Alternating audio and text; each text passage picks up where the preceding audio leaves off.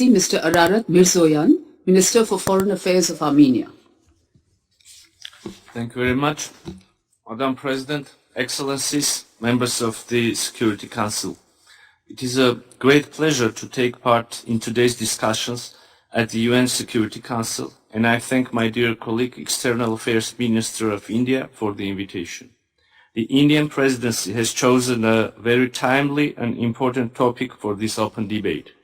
International relations, as we have known them, appear to be in transition. Global security crisis that we are all living in heavily affects the functioning of the system of multilateralism. Of course, there can be an opinion to the contrary that malfunctioning of the multilateral system resulted in the situation we are facing today. It is like the story of the chicken and the egg. Thus, I do believe it is more convenient to concentrate on the question of how multilateralism should be reformed based on the lessons that ought to be learned. If I would try to define multilateralism in very simplistic terms, I would call it the ability to reach and follow the commitments based on compromise and agreement, mutual agreement. To find a common ground, we must adhere to the universal red lines on which both-sided approach cannot be tolerated. And these red lines are reflected first of all in the Universal Declaration of Human Rights and the UN Charter. This important open debate will hopefully serve as food for thought in our shared struggle to maintain and improve the multilateral system for the sake of future generations. Mr. President, Armenia is firmly committed to the multilateralism anchored in the purposes and the principles of the Charter of the United Nations, including non-use of force or threat of force and peaceful resolution of disputes. In a world where conflicts regrettably continue to persist, prohibition of the use of force and strict adherence to peaceful settlement of conflicts are indispensable to the maintenance of international peace and security. The United Nations must remain resilient to the detrimental practices of imposing unilateral solutions and prioritizing violence over peaceful settlement.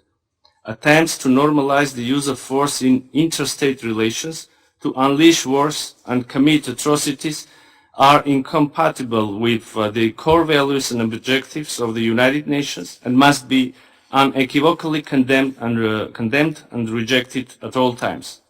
Strengthening the capacities of the UN and those of the Security Council to prevent and respond to such disturbing challenges is crucial for delivering on the objective of upholding international peace and security.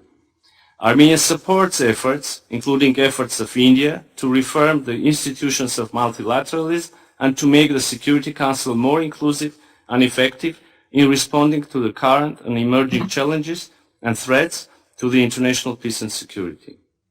Armenia, dear colleagues, Armenia has witnessed firsthand the effects of the decline of multilateralism. The international community proved unable to prevent the unjustified use of force of Azerbaijan against the people of Nagorno-Karabakh, which resulted in thousands of dead, wounded, and a new wave of displacement.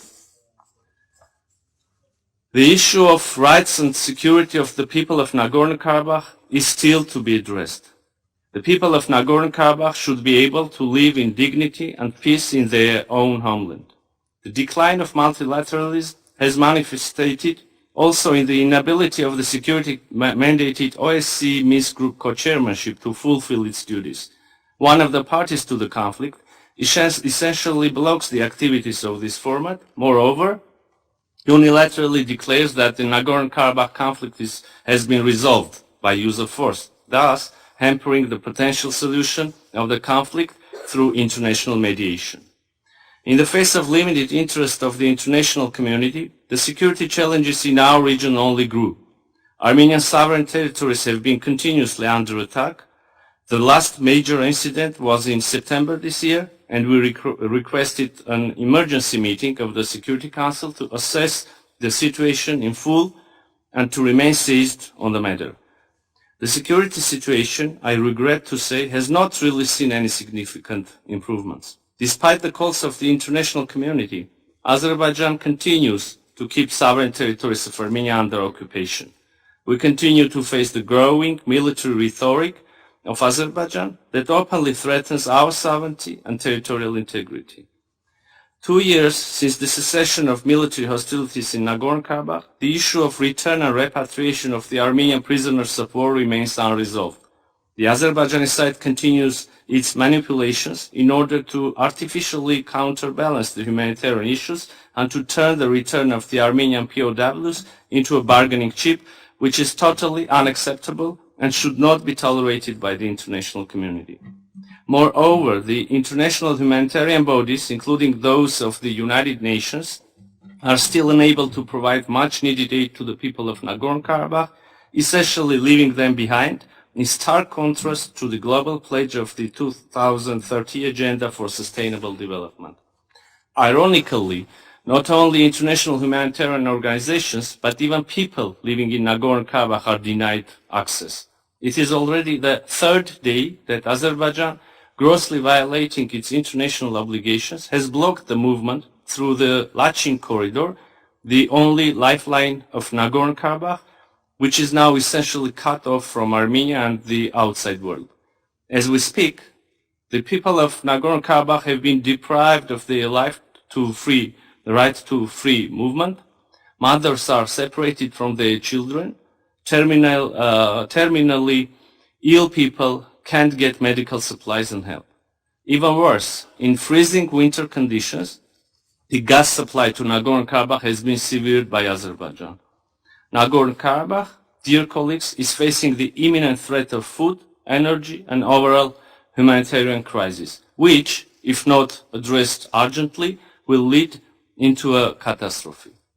In such conditions, the leadership of Azerbaijan claims that they are ready to provide rights and security guarantees for Armenians and that no international mechanism or presence is required. What we have at hand is illustrative of how they imagine these guarantees. Along with Azerbaijan's refusal to hold dialogue with Stepanakert on their rights and security, this position testifies to the fact that Baku continues pursuing a genocidal policy towards the Armenians of Nagorno-Karabakh. At the beginning of my speech, I highlighted the importance of fulfilling commitments, both in case of Armenia-Azerbaijan normalization process and the issue of Nagorno-Karabakh. Azerbaijan refuses to realize its own commitments that were reached also in multilateral formats. The actions, warmongering rhetoric, and maximalistic approach of the leadership of Azerbaijan puts the chance of reaching peace and stability in the South Caucasus under a serious risk.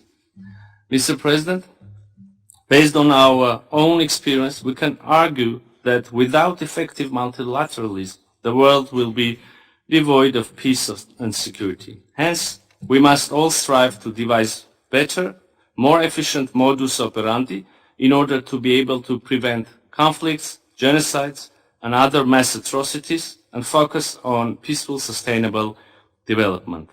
I thank you. I thank His Excellency, Mr. Mիրզոյան, for his statement.